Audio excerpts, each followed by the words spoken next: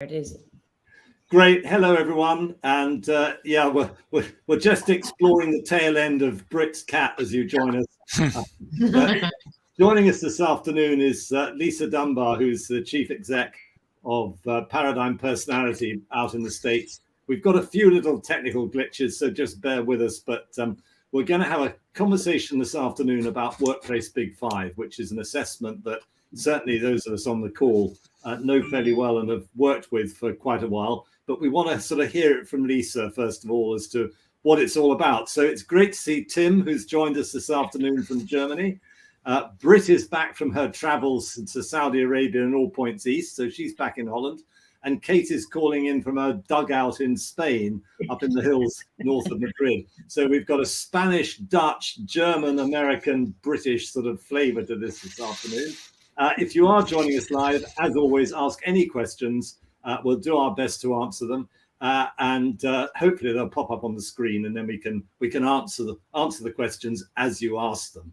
But and if you're not watching this live and you watch it on YouTube or LinkedIn a bit later on, there is an offer out that for some of you, first come, first serve, where if you don't know anything about the Workplace Big Five assessment, we'll happily run some sessions with you, do a report for you and give you a little bit of feedback at cost. We'll tell you what that is later.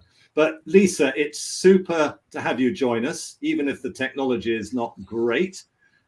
Perhaps we could just kick off by asking you a little bit about where the assessment came from. What is it all about, and why is it so useful?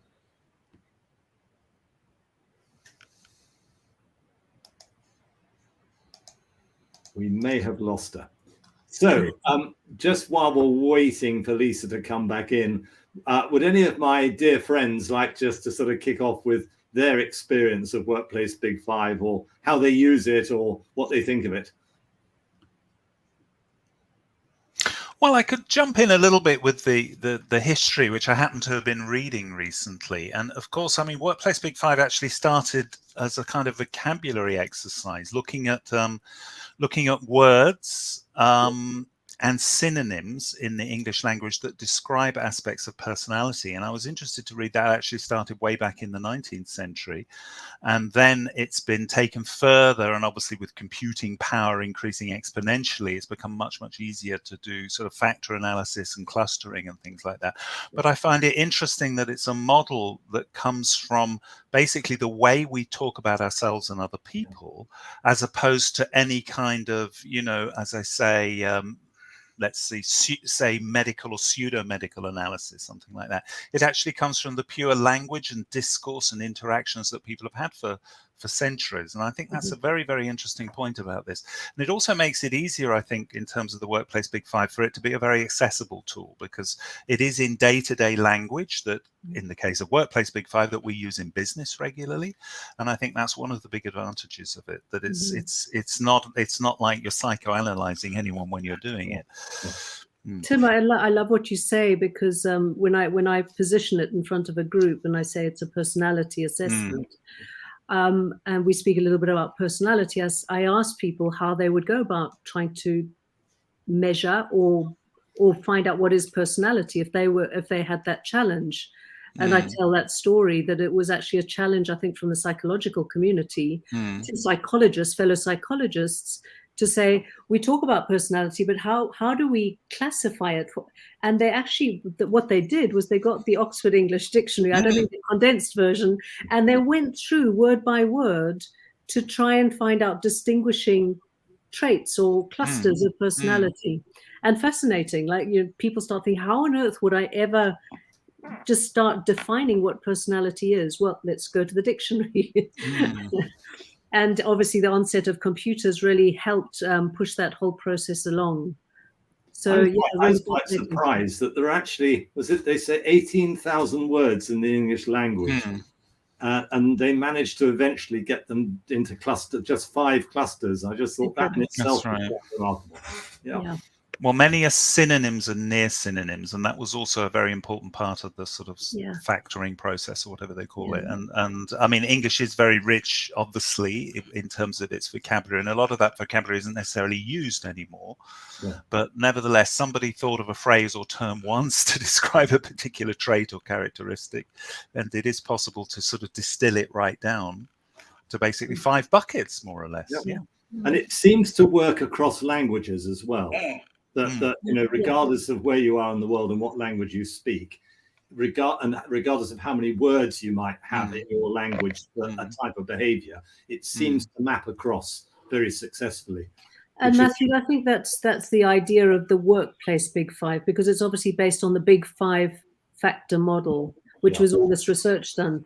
But this particular assessment is specific to workplace and workplace behaviors, even though it sits within the 5-factor model.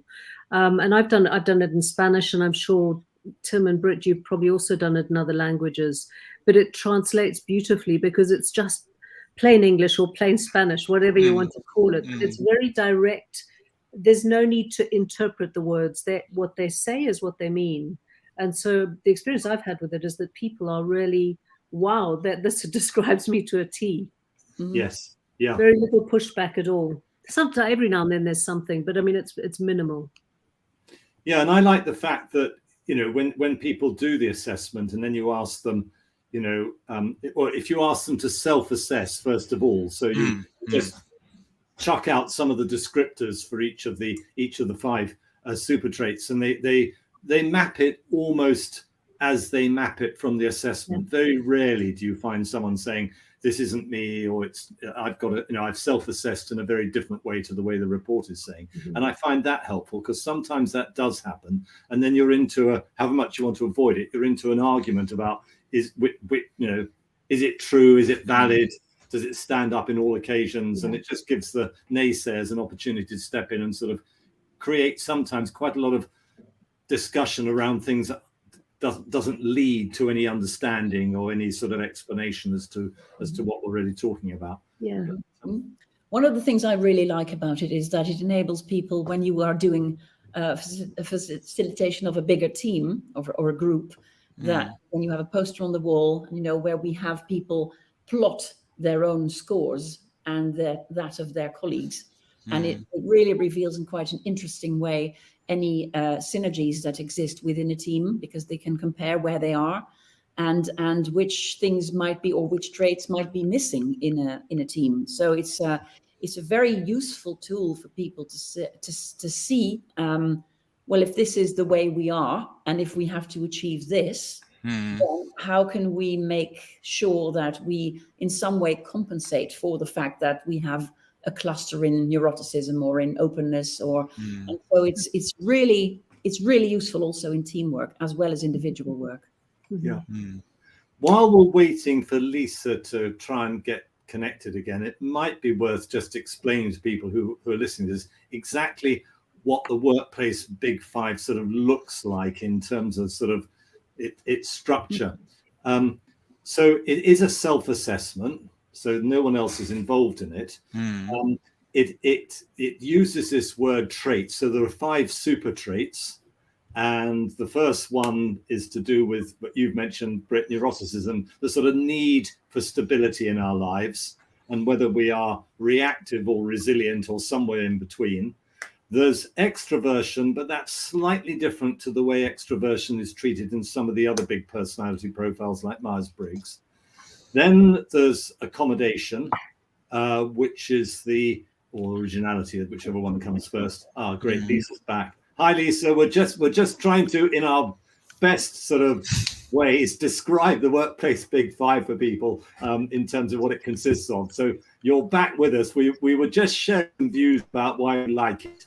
And I was just struggling in a rather sort of ham-fisted way to sort of explain the 5 super traits. So can you hear us clearly? I can hear you beautifully, and I hope that the communication is stable. So to discuss the workplace Big Five profile, what I like to think of it as, it's got the scientific rigor that comes from the basis of the NEO assessment, the gold standard for assessing personality, but it uses the framework of work, and also it's structured in a way that enables us to appreciate differences. So as you discussed, there's 5 main factors and 23 subtraits.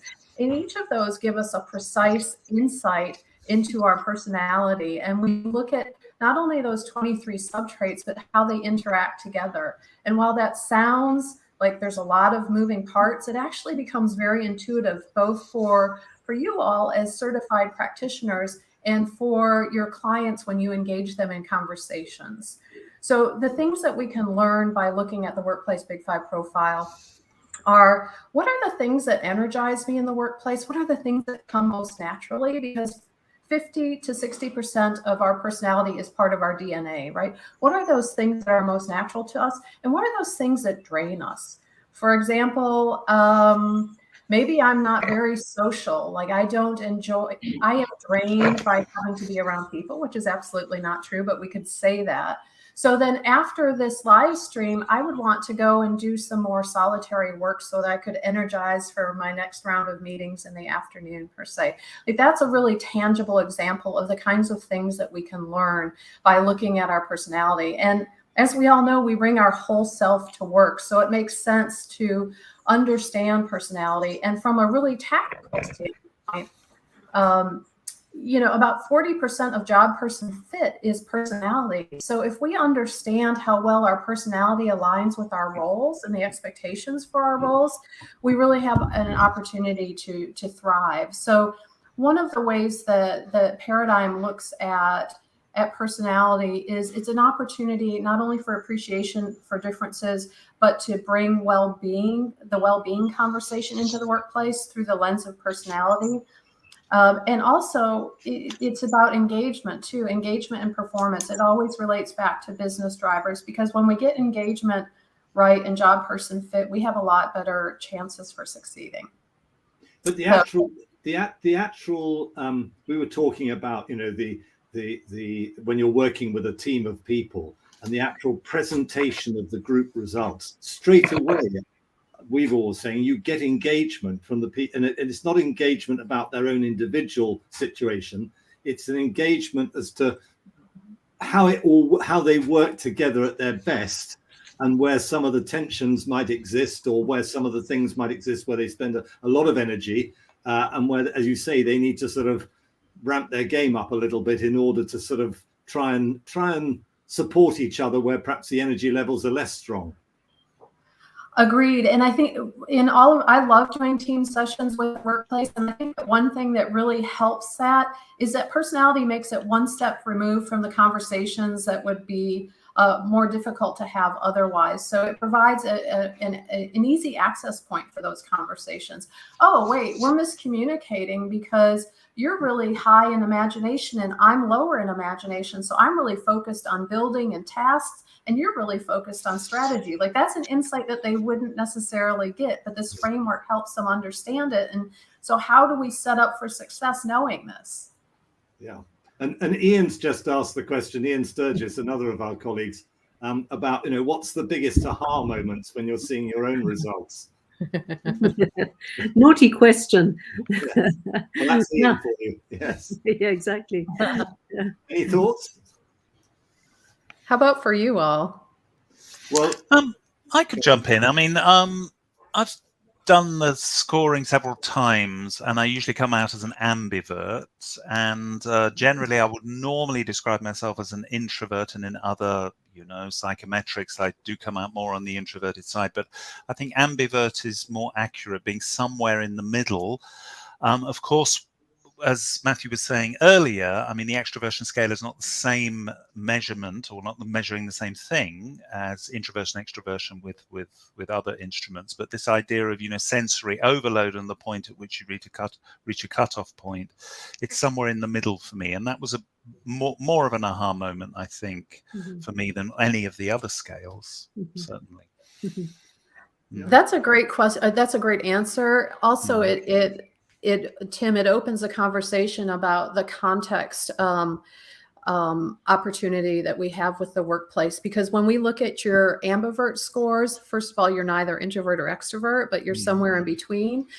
Also, normally your consultant's report will help you probe questions like, okay, so you're situational here too, Tim. So that might mean that in some situations you're likely to be more sociable and extroverted, and others, when it's important to you, when it's a topic that you're really excited about and lit up about, or when you're with a group of people that really excite you.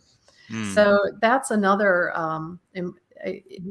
important framework for using it as practitioners, but also for your clients to help them gain deeper insights. Absolutely. Well, I know when I did it for the first time, the thing that it didn't surprise me, but I just wondered, oh, right. And I am on the extreme left on consolidation. So I think I scored like sort of 27 or 26. Me too. And I started to read the sort of the comments. Oh, great, multitasking, flexible, yeah, easy come, easy go, all this kind of stuff. But I can be very, very focused when the pressure is on to get something done. And I think others around me can tell me, my personality changes totally. I go from being capable of handling quite a lot of stuff and sorting stuff through and deciding what needs to be done.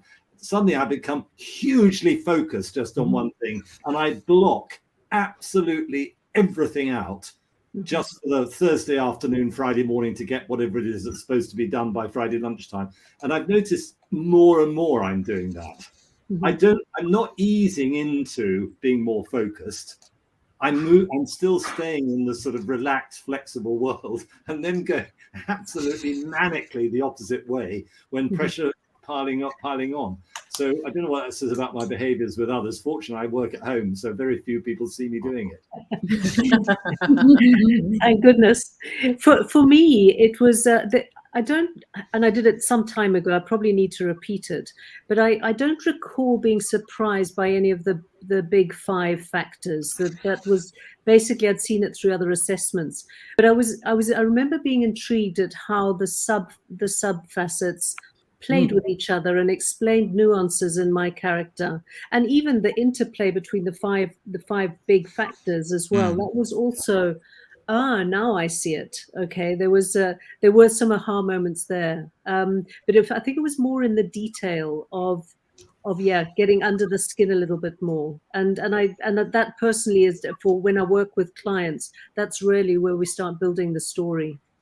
And I think that's where the usefulness comes in. So Lisa, tell us a little bit more then about how it all plays out. You know, where I mean, we touched on where we thought it came from originally with the American Association of Psychologists and the vocabulary checks and all of it. But what's the sort of the depth in it that makes it so valuable? That it's really based on the assessment is a pure 5-factor model of assessments of assessing personality, and it has a really rigorous framework. And although the call to be able to describe personality with adjectives came very early, like in the 1920s, it wasn't until we had computers that were able to do factor analysis. So it really grew up in the Air Force is where the computations were done in the 1980s. So to validate it. So it's kind of a newer baby, but it's also the most reliable framework that we have for looking at personality. So as we've talked about, this is a workplace-centric version of it. So we take all of that rigor and use language and conversations that relate to the world of work. Yeah. Lisa, I have a question for you, which is on my curiosity about how you answer a question we typically get in the classroom. I mean, you know that we work on leadership development. So personality, we're not born with it. There's a big part that is actually situational and it's nurtured as well.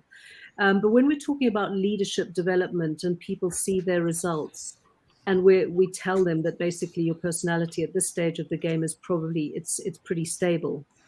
How in your words, because I think we all grapple with this, how do you explain to people that we're working with something that's stable, but we're also working on your development?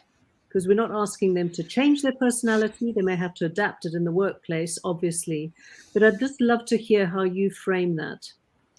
Sure. So we talk about, and I go back to the coaching framework. We believe as coaches that people have the opportunity to change with intentional action, right? If we didn't believe that, we wouldn't be coaches.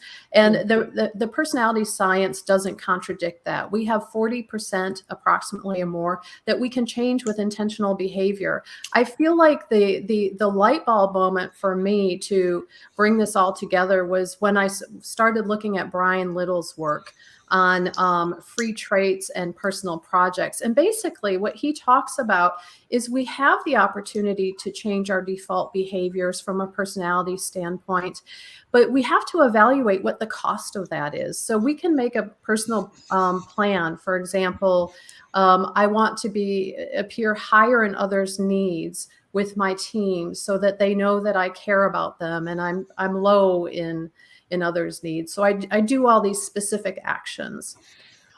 But if my score is low enough, if I'm doing that on a continual basis, I'm going to find myself drained. Or if I'm trying to act, like Matthew said, as a high consolidation person to knock through my plans and my to-do list, I can do that, but at a certain point in time, if my score is lower, it's just going to beat me down. So using that overlay to help understand when I'm acting away from my default, what are the costs to me? And does it make sense to keep pursuing those things? Or how can I set myself up for success, for example, by managing my workday?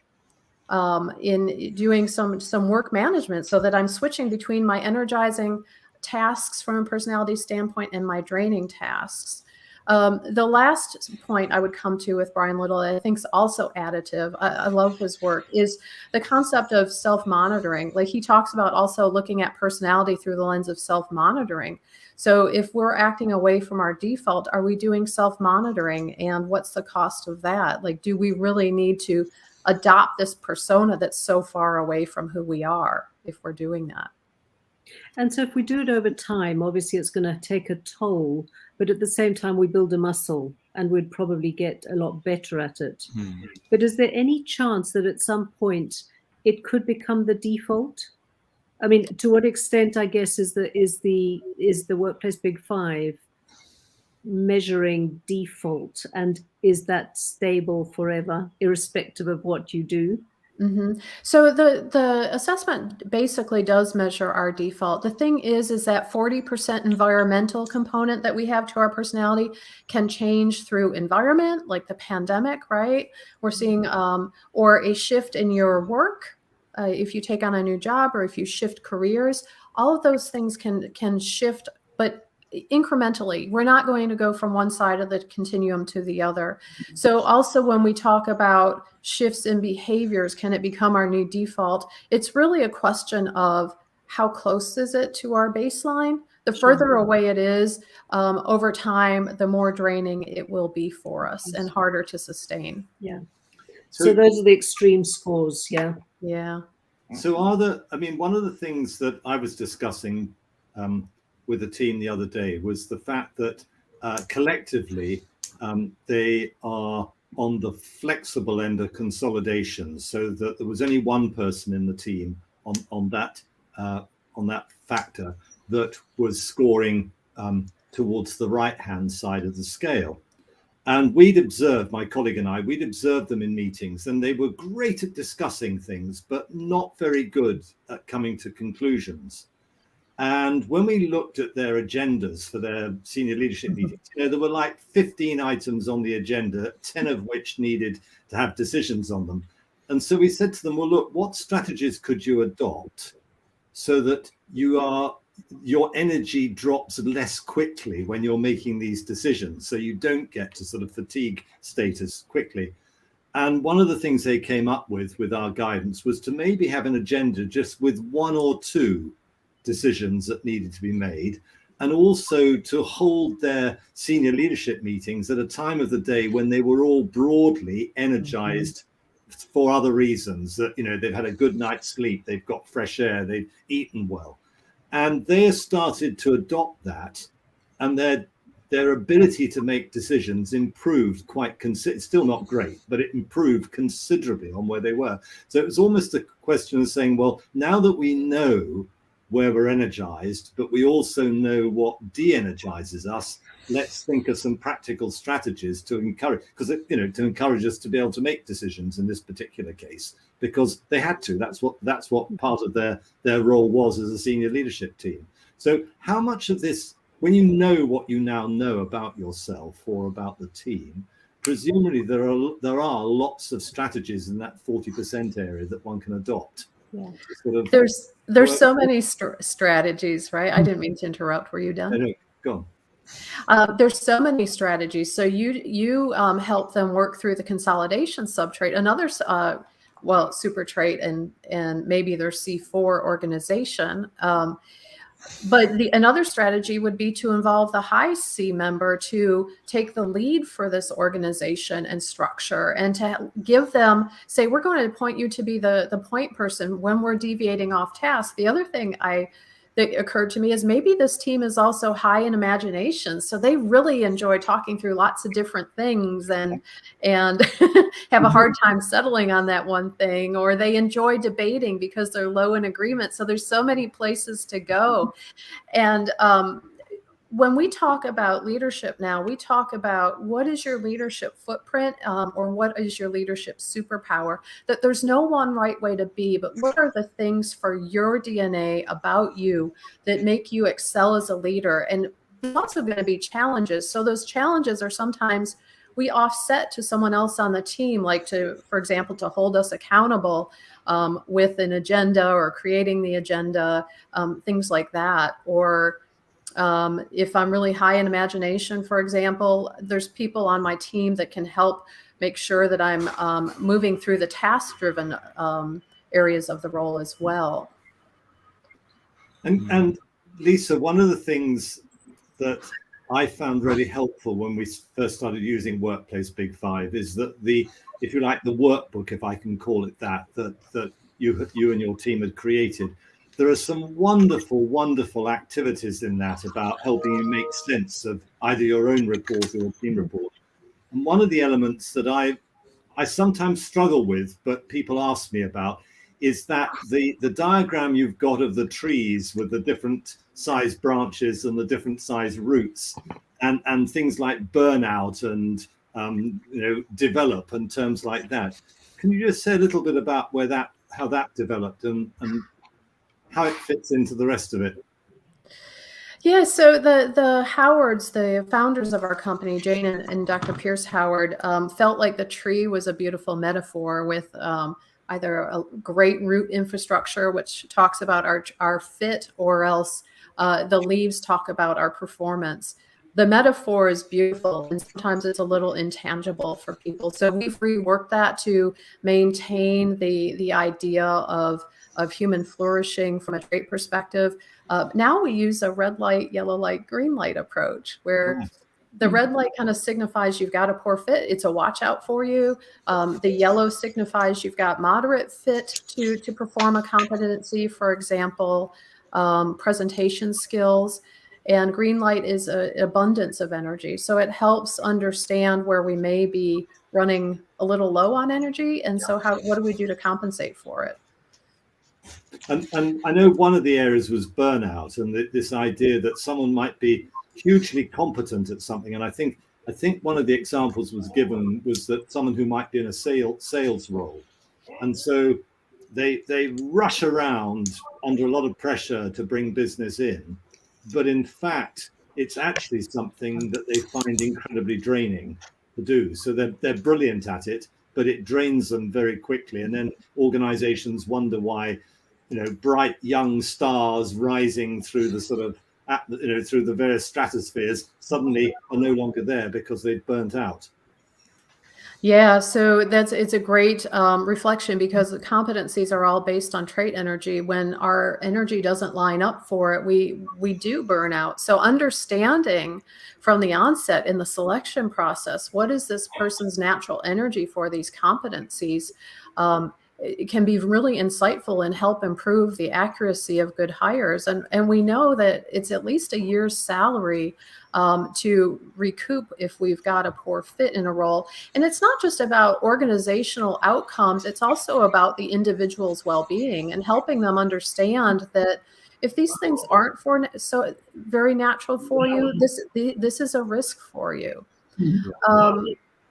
And the other element of it is it's really important to consider when we're looking at competencies. For example, like keyboarding accuracy is one that relates for some roles, and it's about for example, it's about the frequency with which you do it. Like I'm very draining for keyboard accuracy, but you know, I'm not having to do stenography or anything like that where I'm having to use it a lot. So it's okay. I can manage it. Yeah. And I can get support to help me. Yeah. So Lisa, the other question that we're often asked is, we're talking about developing ourselves and developing ourselves within a team a lot of the time. But then, of course, someone sooner or later asks, can we use this really for not only selecting the team, but actually, of course, recruitment in terms of recruiting someone on a contract permanently? And I'm always interested how to answer that exactly from your company's point of view, because obviously each assessment has their own view on, you know, the connection between, as I say, you know, what we're measuring and performance, and of course, as I say, recruitment. So I'm always interested how you might answer that when faced with that. Yes, so 50% of our clients use Workplace for selection. So it's approved. There's no adverse impact with the tool. And in the US, it's been approved for selection. In other countries, it's used widely for selection. So when candidates are given the assessment, it's normally the final round of candidates.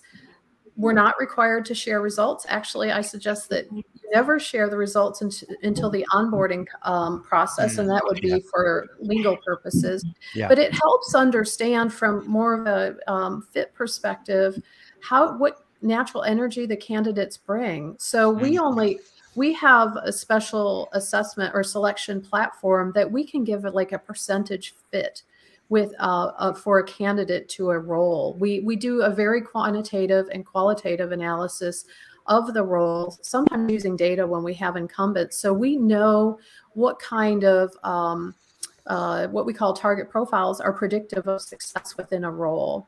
So sometimes people are a little concerned that sounds like big data running the right, but again, this is about getting fit and also understanding it's only one piece of the puzzle. An organization would never hire an individual because they had a 95% fit on their personality as it related to the role, but in combination with skills and abilities and interviews. But interviews are notoriously, the correlations are very, very low with interviews being predictive of success. I'm asking, sorry, I was just going to say, Matthew, I was asking because there is this HBO documentary you might have heard called Persona, The Dark Truth of Personality Assessments is called, which is a little bit sensational from what I've seen of it. I mean, the music sounds like it's from Alien 3 or Alien 4 or Alien 5, something like that. You know, it's very, very dramatic music that they have.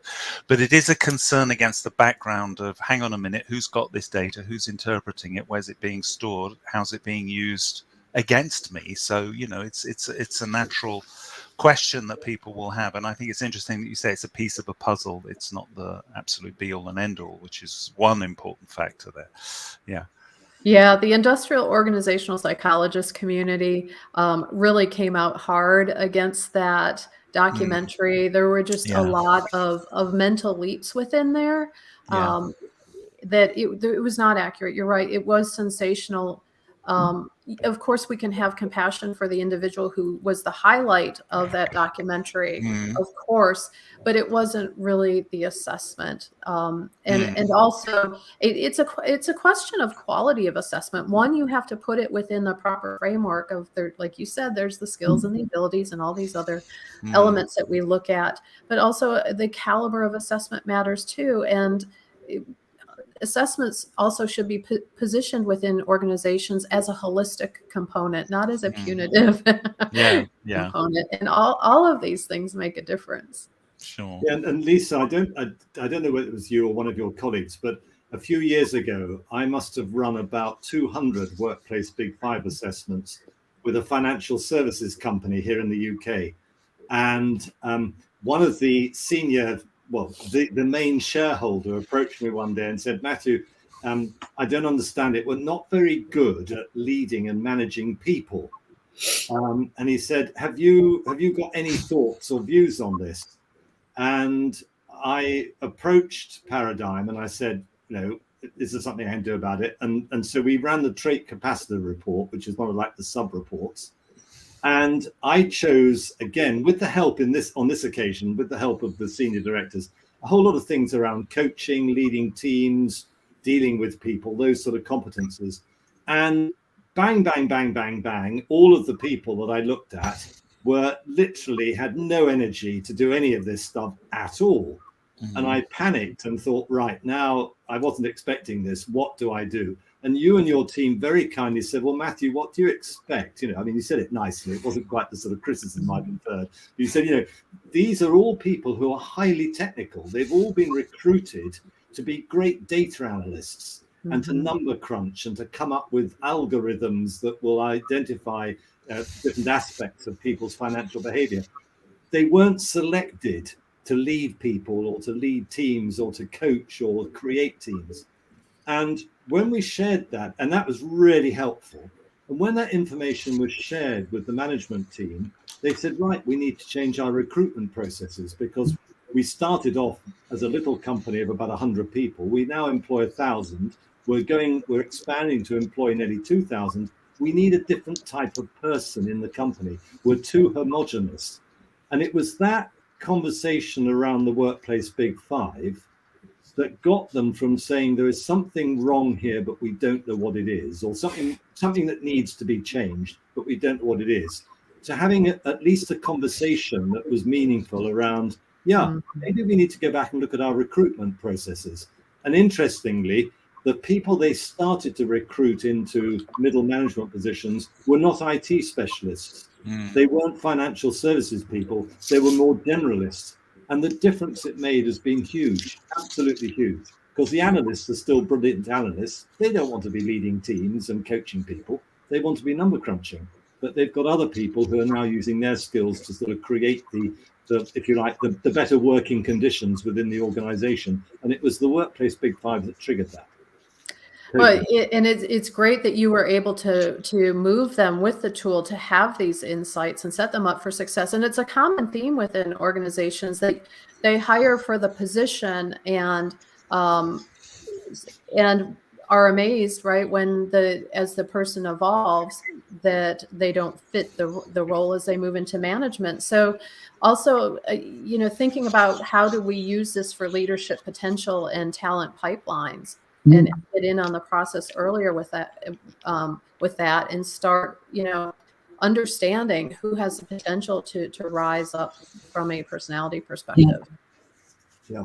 And do you know, Lisa, if there's do you have data, or maybe that's private, and once companies use your assessment, you don't get to see that. But I was wondering whether there's any correlation between the frequency with which organizations use the workplace Big Five and their levels of retention, because that's for many organizations a huge problem. Yes, so we interestingly, in the manufacturing space specifically, we work a lot with selection, and where they were having culture gaps in two specific instances, in awareness and understanding of what contributed to success, the workplace really helped. They were having a lot of flight, and they saw their retention levels increase dramatically. One client specifically, has been using the tool now for 15 years. They do not make a hire without having a strong enough fit within the role, and if there's leadership potential. And really what's happened is, having people that feel naturally energized for these roles too, the culture changes within the organizations. People are able to attach to the culture because they fit better with the role. Sure. Yeah, and they're more engaged. So it's a win-win all around. Sure. Yeah.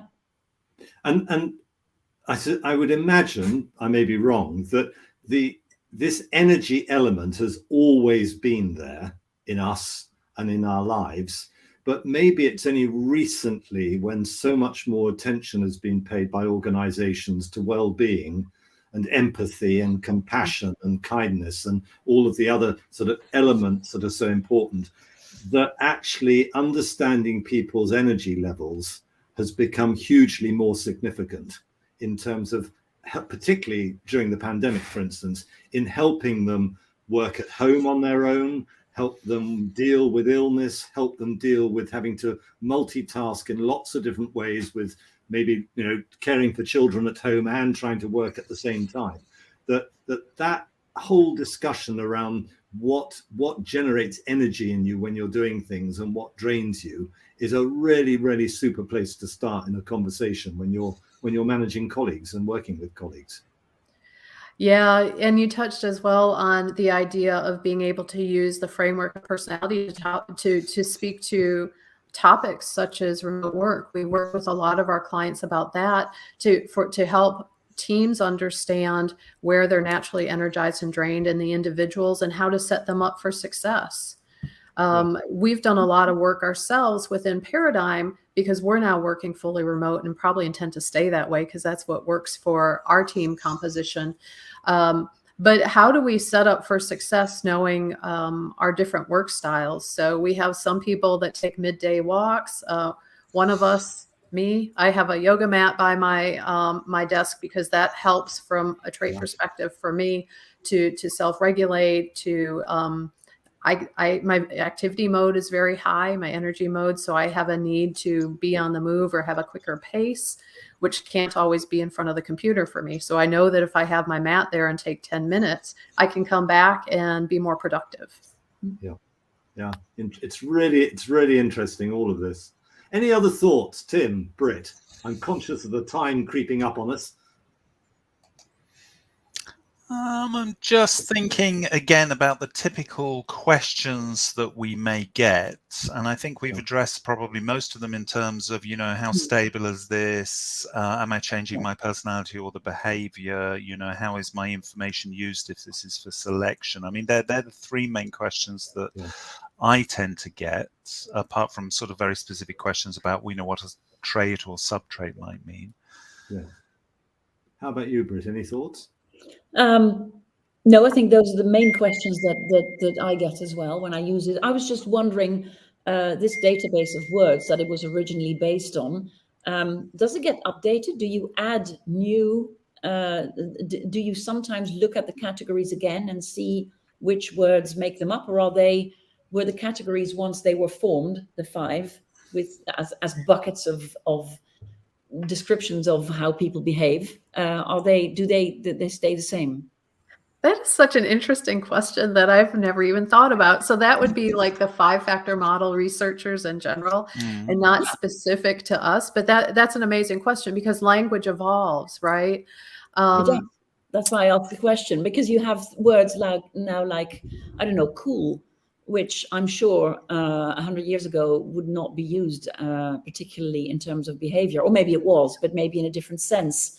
And so as language evolves, then maybe tools that base themselves on language should at least sometimes do a sort of a reality check, if I may call it that. And reversely, older words that have gone out of use should then be maybe not taken into account anymore. I don't know how that works, but it's just a thought. So it's separate from the model and from the test. So for example, the NEO-PIR and Workplace Big 5 profile, we are continually evaluating items for what are the psychometric properties of these items, and does it correlate well to the super trait and the sub trait? We recently did a revision, so we look at language from that standpoint, from an item standpoint. Right. which means the items are the questions within them. But that would be a lovely little research project for someone. You take the 20 verbs that have been added to the English language of the Oxford Concise Dictionary in the last 24 months, and see whether you can apply them to the 5 factors and or not. Yeah. Or not. Yeah. I mean, that's if you've got nothing better to do on a rainy day, probably. A rainy few months. Yes, a rainy few months. Which we have in Holland, so that's that's. I know, with the rain pouring behind you and splattering the window. I know we've got driving rain here as well. Yeah. Lisa, just to sort of wrap up this conversation, you mentioned earlier that obviously you're constantly developing the Workplace Big Five. So what are those of us who've used it for quite a long time? What are we likely to see that's different about it or updated about it? So what you'll see in the newest Workplace Big Five Profile report is that we bring our participants through a journey. We don't want anyone to think, or your participants through a journey. When they take an assessment, we don't want it to be something that they take and then, okay, they move on. But we take them through a journey of, these are your results. Here's what you'll learn from doing them. And then take them to a section called Making Meaning. It's an interactive coaching workbook that's now attached to the report, so that they can take those insights and create impactful action to improve their well-being or improve their performance. So that is built into the report and assessment right now. All of our reports are in the process of being upgraded it's not so much upgrading as evolve to meet the changing needs of the environment, right? In the same vein, the capacitor relates more that energy concept as opposed to performance. And then for people that are trained practitioners, we provide more kind of surround for the assessment. We have an interactive app that helps you do a debrief with participants. Just a lot more research and white papers coming to help. We realize that there's a lot more that we can do to help the application. So how do we speak to leadership, and giving tools that enable those conversations. Yeah. Great. And a lot of this information can be found on your website at paradigm.com. Yep. Yes. Great. Brilliant. Well, Lisa, thank you so much for joining us. I'm going to say this afternoon because that's what it is for us in Europe, but early morning for you in the States. It's been great because all of us, I think, without exception, and Katie's obviously had to drop off, we've all been using Workplace Big Five, in most cases probably for about the last 10 years or so. But it's really lovely to be able to have a conversation about it with someone who knows all about it, as opposed to sort of hearing at it second or third or fourth hand. So thank you so much for taking the time of joining with us in this conversation this afternoon on Let's Talk Leadership. And presumably, if anyone's got any questions that they've been listening in on, just to drop you an email or drop us an email, but certainly drop you, and you'll do your best to point them in the right direction. Absolutely. Absolutely. It's been a pleasure to talk with all of you. Brilliant. Well, and Tim, Brit, thanks for joining us, because I know it was all a bit last minute. And I should say to anyone who's watching this, we tried to set this up nearly a year ago, and for various reasons, it all kept falling apart at the last minute. So it's great that we've been able to do it this afternoon. But it's your consolidation score, Matthew. It's nothing else. I know. I panicked and I suddenly went the other direction, and that's it. Yeah. Up this afternoon at 2:30. Anyway, Wonderful. Great to see you all. Take care and enjoy your weekend when it comes. Yes, thanks a lot. Thank you, Lisa. Thank you, Lisa, Thank for you coming. so much. Good talking to you all. You as well.